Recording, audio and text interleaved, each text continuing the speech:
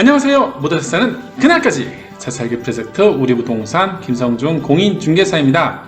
오늘도 여러분들에게 평택 그리고 지제역 인근에 위치한 영신지구에 위치한 토지를 소개시켜 드리도록 하겠습니다. 오늘의 주인공은요, 대지면적이 102.5평입니다. 정남향이고요. 이 토지에 건물을 지으면은 얼마나 건물이 이쁘게 나올까, 그런 생각이 들 정도로 좋은 위치입니다. 대지면적이 102.5평이기 때문에 건물을 건축했을 때 연면적이 180평 이상이 되고요. 확장도 하고 보충도 들어가기 때문에 실질적으로 연면적은 200평이 넘어가는 그런 토지입니다. 매매 금액은 평당 900만원이고요. 혹 여러분들이 이 토지 위에다 건물을 건축하고 싶으시면은 건축비가 얼마나 되는지, 수익성이 얼마나 되는지 그걸 말씀드리면은 토지가 평당 900만원이고 그 토지 위에다 건물을 짓게 되잖아요. 그럼 건축비라는 게 들어가는데 토지 플러스 건축비 포함해서 22억 정도 들어갑니다. 물론 여기에 이제 대출을 이제 받으셔야 되는데, 토지 대출도 받으시고 건물 나중에 준공되면은 이 준공을 하면서 건물 대출을 추가적으로 받게 되면은 총 금액이 16억 정도 받을 수가 있어요. 여러분들 투자 금액이 얼마를 하냐에 따라서 좀 틀려지는데, 혹 여러분들이 이 건물에 거주하고 싶다 하시면은 전세 없이 실질적으로 거주하시면서 임대업을 하신다면은 투자 금액이 5억 3천, 그리고 1년에 여러분들이 가져가는 수익이 한 3,600만원 정도 되고요. 순수하게 이제 임대 목적으로 하신다고 하면은 부담을 좀 줄이고 싶다, 한 3억대만 투자하고 싶다 이렇게 생각하시면은 전세 하나 정도를 빼시게 되면은 한 3억 6천 정도만 투자하시면 되고 1년에 가져가는 세는 한 4,700만원 정도 가져갈 수 있는 그런 매물입니다. 나중에 영상 후반부에 이제 이 건물을 취득해서 건물을 지으면은 투자 분석표가 어떻게 되는지 제가 따로 설명도 해드리도록 하겠습니다. 그러면 오늘의 주인공의 위치를 보도록 하겠습니다. 자, 오늘 주인공이 위치가 바로 여기죠. 대지면이 102.5평이고요. 토지 가격이 평당 900만원입니다. 정남향이고요. 바로 옆에 보행자 도로가 있죠. 그래서 건물을 지으면은 이 동과 동 간의 거리도 멀어지고 앞에 이제 도로가 있고 옆에 보행자 도로가 있기 때문에 집이 상당히 밝습니다. 정남향 건물이기도 하고 삼면이 이제 많이 이제 뚫려 있기 때문에 상당히 좋은 그런 입지 조건을 자랑하고 있는 건물입니다. 그리고 이 위쪽으로도 이제 대로가 있고 밑으로가 대로 있는데, 이쪽으로 가도 지제역, 이쪽으로 가도 지제역이에요. 이어져 있거든요. 이 블럭이 크지 않은데 대로가 위아래로 있다는 것은 이곳에 통행량이 많다는 얘기예요. 향후 그만큼 이 모산 영신지구, 영신지구가 발전이 많이 이루어질 거라는 반증입니다. 그리고 여기가 이제 BRT 버스 정류장이에요. 이쪽쯤에 정류장이 있어갖고 삼성전자 반도체 사업장까지도 이제 편안하게 시내버스를 타고 다닐 수 있는 이점도 있는 그런 동네이기도 하죠. 여러분들이 이제 보시는 것처럼 이쪽에는 건물들이 어느 정도 들어서 있지만 지금 보시는 소개해드리는 이쪽은 건물들이 지금 별로 없습니다. 즉 개발 초기란 얘기죠.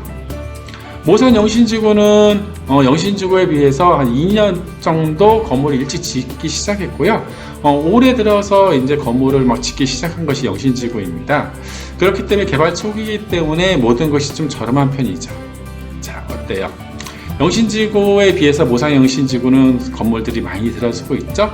아마도 대한민국 부동산 경기가 좋다고 했으면은 벌써 많은 건물이 더 많이 들어와 있을 겁니다. 좀 아쉬운 부분이 있지만 그래도 여러분들이 아직 기회가 있다는 거, 그 점이 좀 좋은 점이죠. 자, 저 앞쪽으로 지제역이 있습니다. 여기가 지제역이에요. 지제역은 현재 SRT역입니다. SRT역이고요. 향후 이제 GTX AC 노선이 이제 들어올 예정인데, GTX AC 노선이 더 들어오면은 이제 좀 더 편안하게 서울에 접근할 수 있는 그런 조건을 갖게 되죠. 향후 KTX역도 같이 들어서기 때문에 복합 환승역으로서 평택 발전에 중추적인 역할을 할 것 같고요. 이 지지역이 커지면 커질수록 영신지구, 모산 영신지구 이쪽은 더 커진다고 보시면 됩니다. 그리고 지지역 주변으로 해서 개발 계획이 계속 있기도 하고요. 이렇게 입지 조건이 좋은 곳. 도시가 발전하기 전에는 항상 논밭이에요. 하지만 이제 몇 년 지나면은 진짜 대도시가 되어 있는 그런 것을 우리가 체험할 수 있지 않겠습니까? 이 지지역이 바로 그런 곳입니다. 그렇기 때문에 더 우리들이 관심을 가져야 되고요. 자, 여기는 삼성전자 반도체 사업장이죠. 대한민국 1등 기업 삼성에서도 제일 큰 사업, 그게 바로 반도체 사업인데 세계를 선도하고 있는 기업이 바로 삼성입니다. 그 삼성전자 반도체 사업장인데 2032년까지 171조를 투자한다는 현장, 그 현장이 바로 이 현장이기도 하고요. 현재 P1부터 P3까지 지금 준공이 돼서 이제 반도체 생산하고 있는 가운데 있고, P4, P5는 지금 골조가 지금 진행되는 가운데 있습니다. 여기 크레인들이 막 서 있는 게 보이죠? 그리고 P6까지 2032년까지 171조를 투자하는 현장이 바로 이 현장입니다. 자, 평택 하면은 옛날에는 아무것도 없었지만 지금은 삼성전자 반도체 사업장도 있고, 그리고 주변에 산업단지들도 많아요. 하나의 대기업만 있는 것이 아니라 이 모산 영신지구에는 주변에 바로 산업단지가 3곳이 더 있습니다. 그 첫 번째가 바로 송탄 일반 산업단지고요.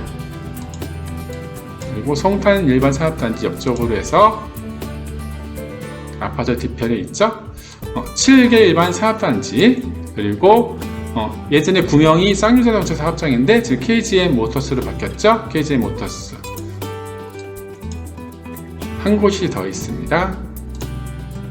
바로 한 곳이 평택 일반 산업단지.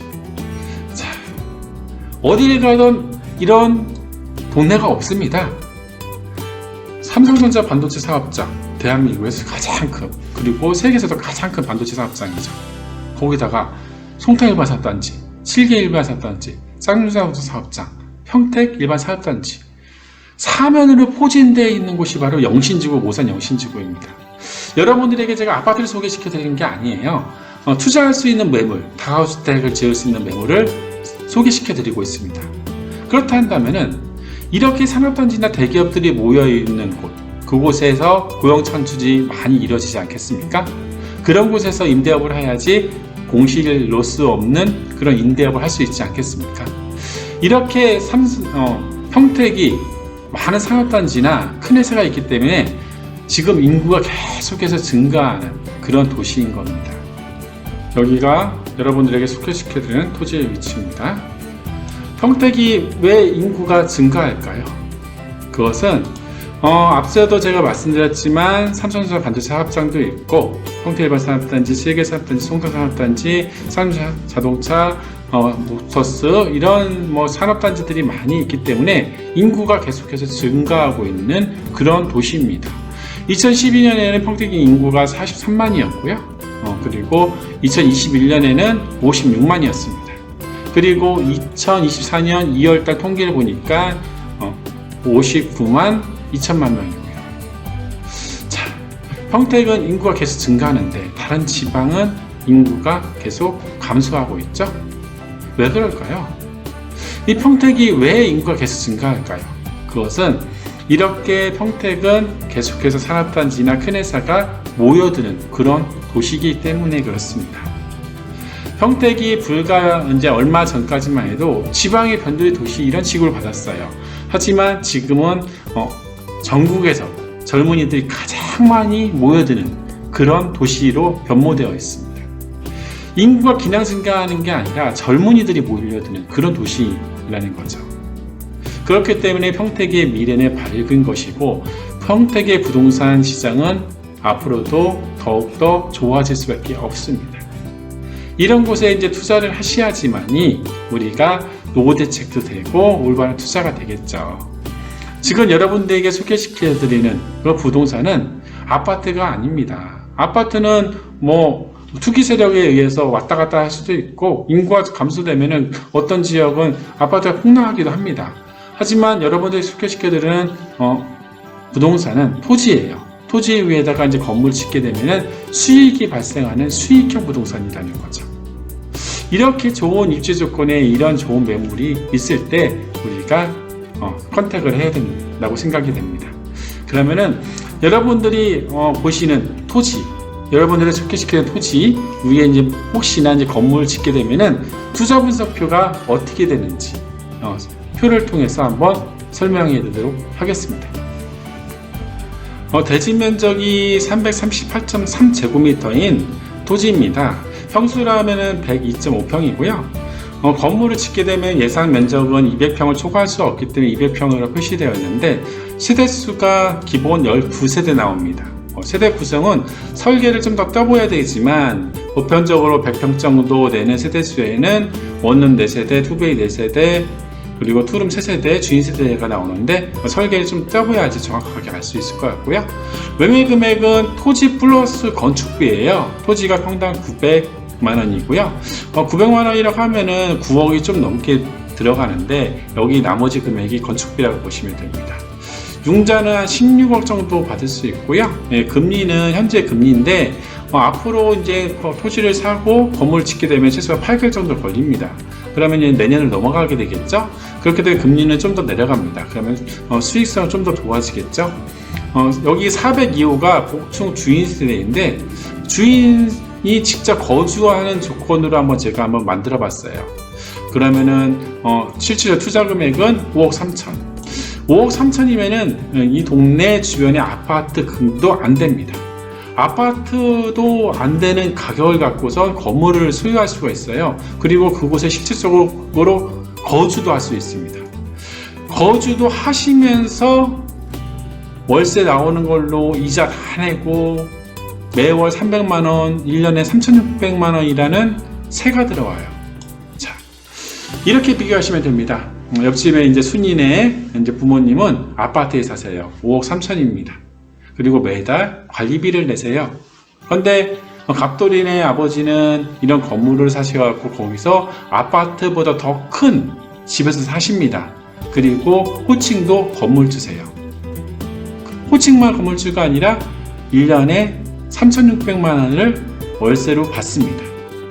누구는 관리비를 내면서 살고 누구는 아파트보다 더 큰 집에서 살면서 매년 수익이 3,600만 원을 받아가십니다. 1년이 흘렀을 때 어떤 결과가 날까요? 1년 동안 그 세만 모아도 3억 단순 계산으로 3억 6천이고요. 1년 동안 관리비를 냈다고 하면은 그 금액도 수백만 원일 겁니다. 플러스가 아니고 마이너스였던 거죠. 아파트 가격은 어떻게 될까요? 물론 무조건 오르라는 보장도 없고 무조건 내려가라는 보장도 없습니다.